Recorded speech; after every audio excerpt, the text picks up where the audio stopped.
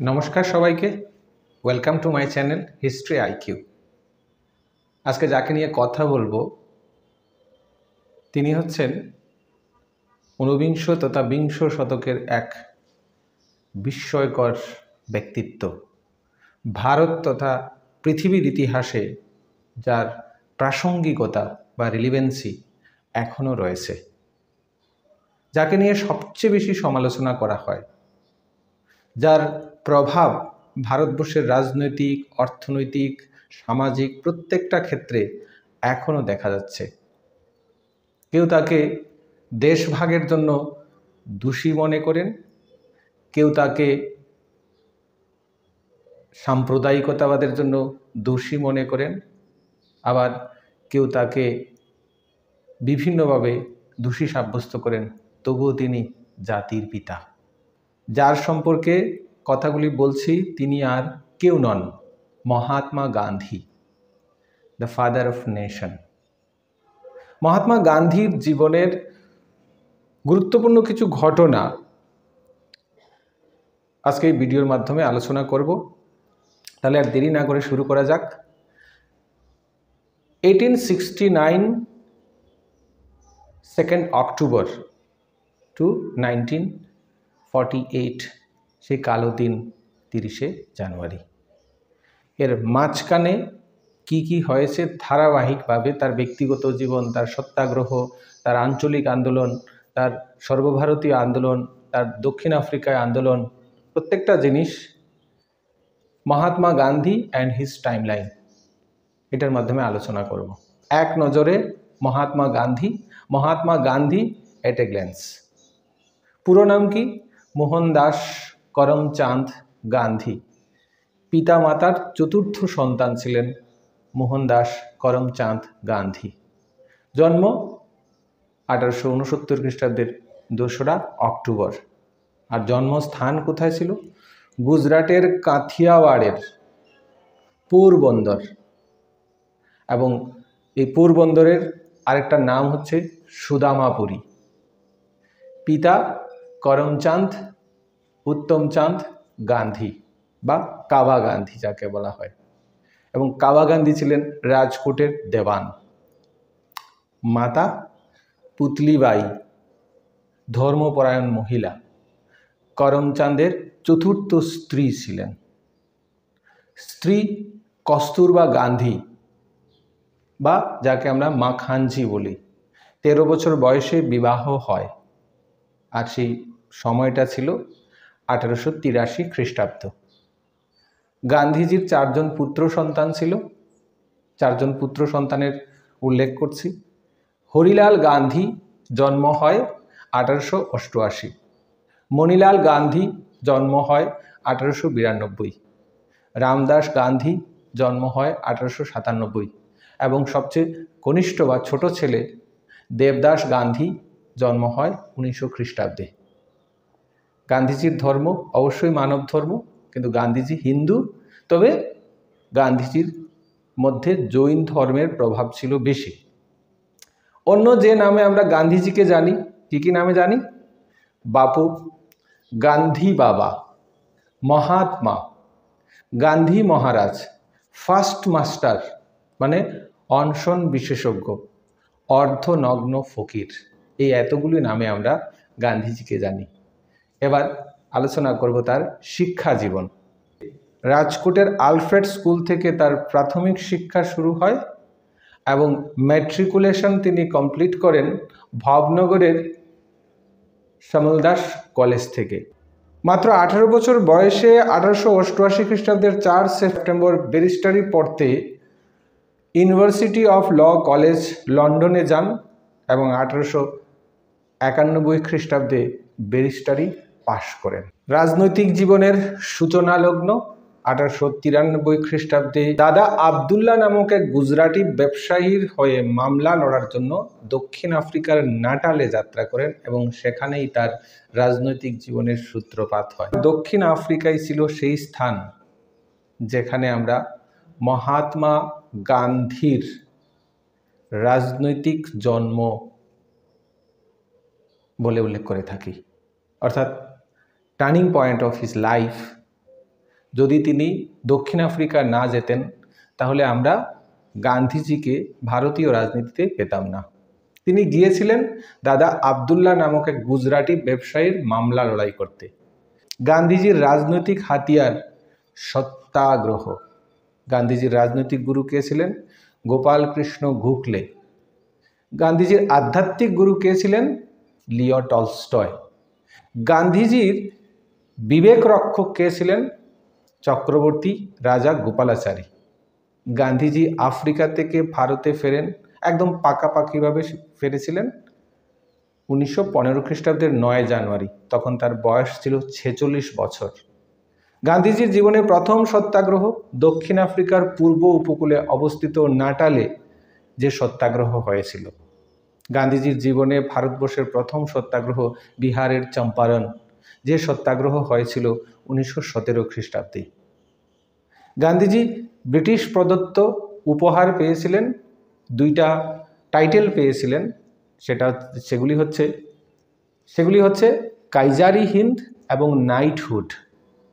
গান্ধীজি পরিচালিত সর্বপ্রথম ভারতের গণ আন্দোলন কোনটি ছিল? অসহযোগ আন্দোলন, যা 1920 খ্রিস্টাব্দে শুরু হয় আর 1922 খ্রিস্টাব্দে চৌরি চৌরা ঘটনার পর তিনি সেই আন্দোলনকে প্রত্যাহার করেন। গান্ধীজির প্রকাশিত পত্র পত্রিকার মধ্যে কি কি উল্লেখযোগ্য ছিল? ইন্ডিয়ান অপিনিয়ন, যেটা তিনি দক্ষিণ আফ্রিকা থেকে প্রকাশ করেছিলেন। ইয়ং ইন্ডিয়া ইংরেজি পত্রিকা ছিল। হরিজন, নবজীবন এগুলি হিন্দিতে ছিল, যেটা ভারতবর্ষ থেকে প্রকাশ করা হয়েছিল। গান্ধীজির আত্মজীবনীমূলক গ্রন্থের নাম যদি আমরা বলি তাহলে সেটা কি ছিল? মাই এক্সপেরিমেন্ট উইথ ট্রুথ।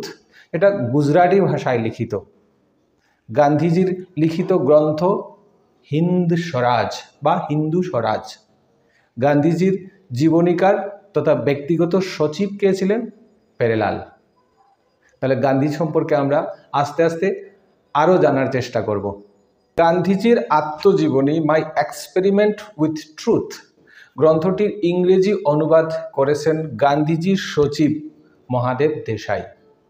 গান্ধীজিকে মহাত্মা নামে অভিহিত করেছেন বিশ্বকবি রবীন্দ্রনাথ ঠাকুর। গান্ধীজি একটি মাত্র জাতীয় কংগ্রেসের বার্ষিক অধিবেশনের সভাপতিত্ব করেছিলেন, সেটা 1924 খ্রিস্টাব্দের বেলগাঁও অধিবেশন। প্রথম এবং শেষবারের মতো সভাপতি হন। গান্ধীজি কাইজারি হিন্দ স্বর্ণপদক ফিরিয়ে দেন 1 আগস্ট 1920 খ্রিস্টাব্দে। গান্ধীজি নাইটহুড উপাধি প্রত্যাখ্যান করেন জালিয়ানওয়ালাবাগ হত্যাকাণ্ডের পরে 29 মে 1919 খ্রিস্টাব্দে। গান্ধীজির বিখ্যাত উক্তি করেঙ্গে ইয়ে মরেঙ্গে বা ডু অর ডাই, এবং আরেকটা জায়গাতে হে রাম। মৃত্যুকাল 1948 খ্রিস্টাব্দের 30 জানুয়ারি, তখন বয়স ছিল 78 বছর। গান্ধীজির হত্যাকারী নাথুরাম গডসে। গান্ধীজির সমাধিস্থল রাজঘাট, বর্তমান নতুন দিল্লিতে। গান্ধীজির জন্মদিন 2রা অক্টোবর ভারতের জাতীয় ছুটির দিন, গান্ধী জয়ন্তী হিসাবে পালন করা হয়। 2007 খ্রিস্টাব্দের 15 জুন জাতিসংঘের সাধারণ অধিবেশনে গান্ধীজির জন্মদিনকে অর্থাৎ 2রা অক্টোবরকে বিশ্ব অহিংসা দিবস হিসাবে পালন করা সিদ্ধান্ত নেওয়া হয়। জাতির জনক মহাত্মা গান্ধীর রাজনৈতিক জীবন 2টি পর্যায়ে, একটা হচ্ছে তার দক্ষিণ আফ্রিকা, আরেকটা হচ্ছে ভারতবর্ষ। তাহলে আমরা প্রথমে দক্ষিণ আফ্রিকার ব্যাপারটা নিয়ে একটু আলোচনা করব। 1891 খ্রিস্টাব্দে মহাত্মা গান্ধী লন্ডন থেকে ব্যারিস্টারি পাশ করে আসেন। এরপর বোম্বে হাইকোর্ট এবং রাজকোট হাইকোর্টে আইনি ব্যবসা শুরু করলে বিশেষ একটা সুবিধা করতে পারেননি। এবার আলোচনা করব দক্ষিণ আফ্রিকায় গান্ধীজি ইন সাউথ আফ্রিকা।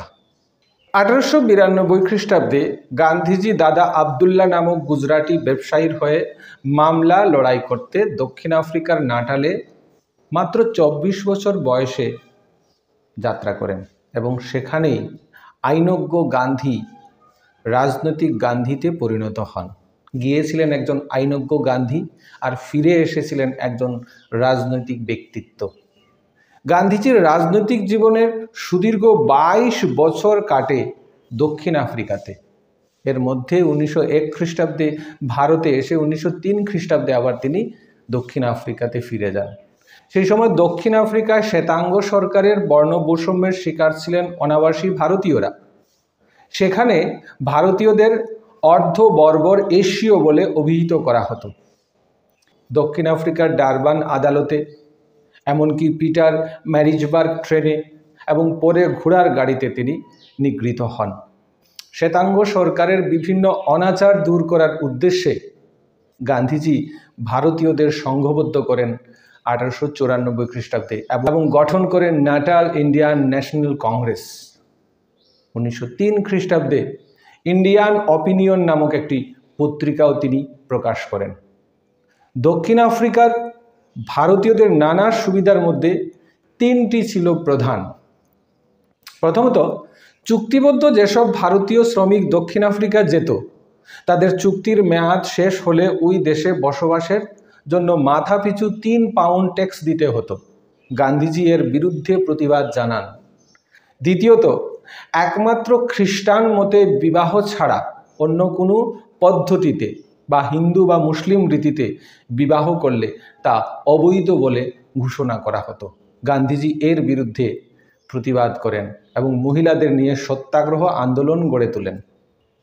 তৃতীয়ত, 1907 খ্রিস্টাব্দে এক আইন বলে ট্রান্সভালে ভারতীয়দের দাগি আসামির মতো আঙ্গুলের ছাপ দিয়ে রেজিস্ট্রেশনের আদেশ জারি হলে গান্ধীজি শ্বেতাঙ্গ সরকারের উপর ক্ষুব্ধ হন এবং সেখানে তার সত্যাগ্রহ আন্দোলন গড়ে তোলেন।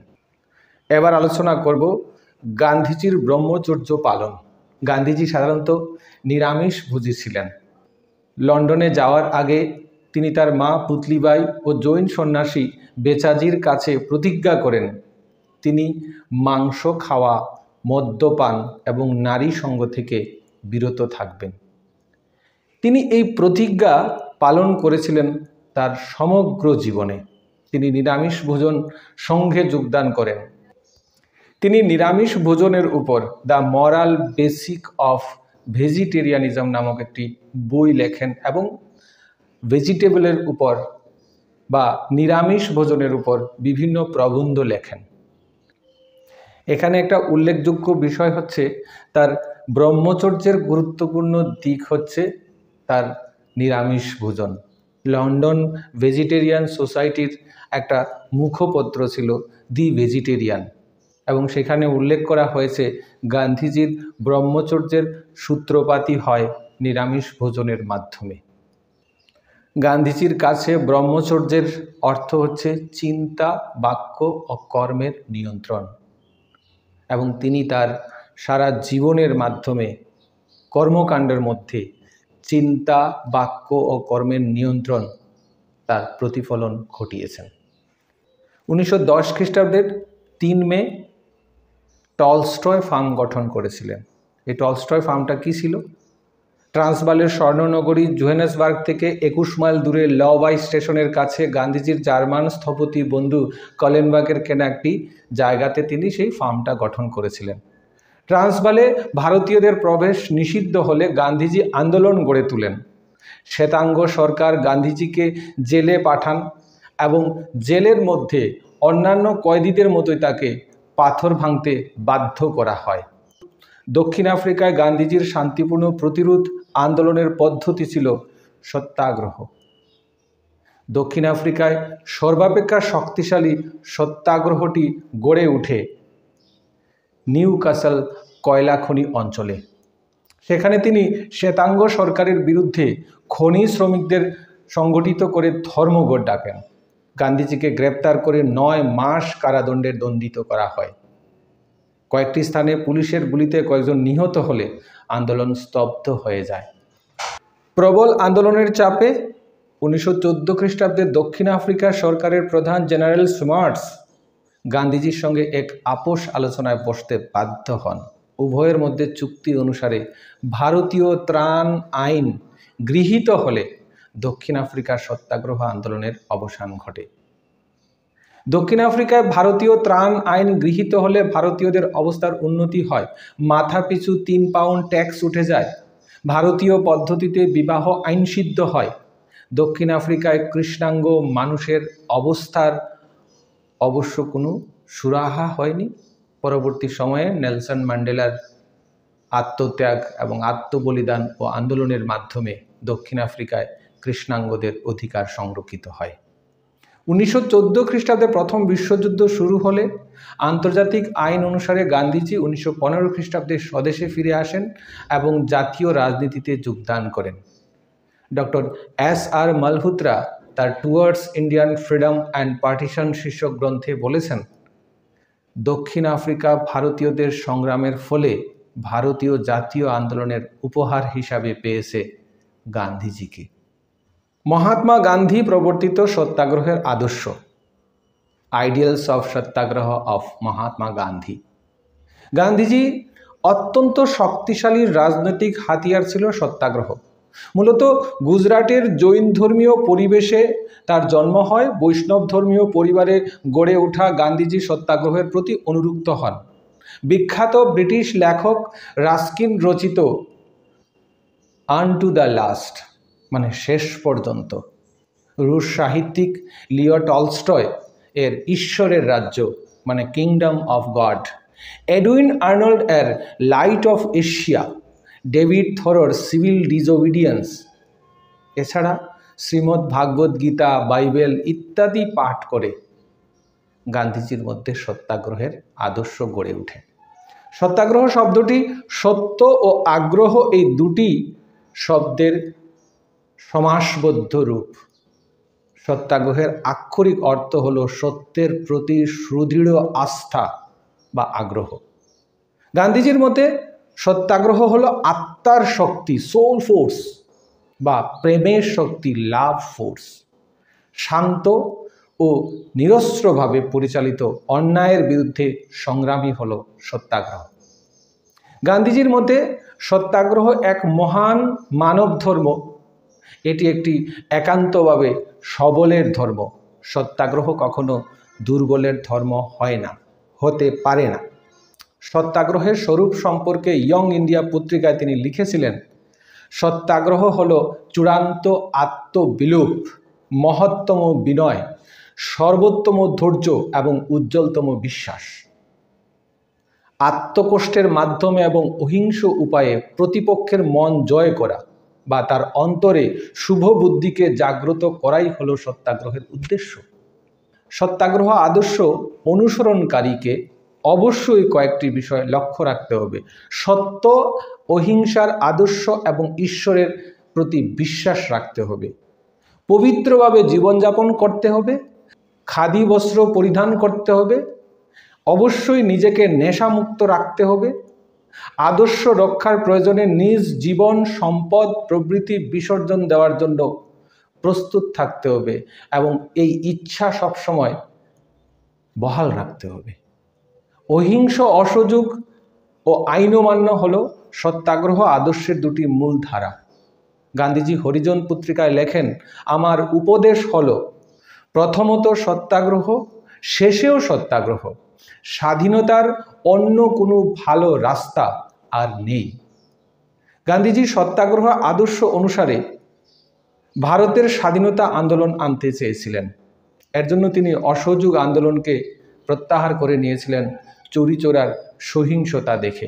রায়চাঁদ ভাই নামক এক ধর্মপ্রাণ বণিকের সান্নিধ্যে এসে গান্ধীজি তার সত্যাগ্রহ নীতি ও কর্মসূচি বিষয়ে অনেক বেশি বাস্তববাদী হয়ে ওঠেন।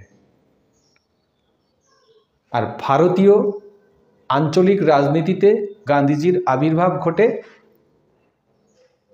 এটা আলোচনা করব পরবর্তী ভিডিওতে। গান্ধীজি এবং আঞ্চলিক আন্দোলন, সেটা পরবর্তী ভিডিও দেখার আবেদন রইল। এতক্ষণ পর্যন্ত ভিডিওটা দেখার জন্য অবশ্যই কৃতজ্ঞতা প্রকাশ করতে হয়। আর অন্যান্যদের জানার জন্য অবশ্যই ভিডিওটা লাইক করবেন, শেয়ার করবেন, আর চ্যানেলে নতুন হলে সাবস্ক্রাইব করবেন। জয় হিন্দ, বন্দে মাতরম। সবাই ভালো থাকবেন। নমস্কার।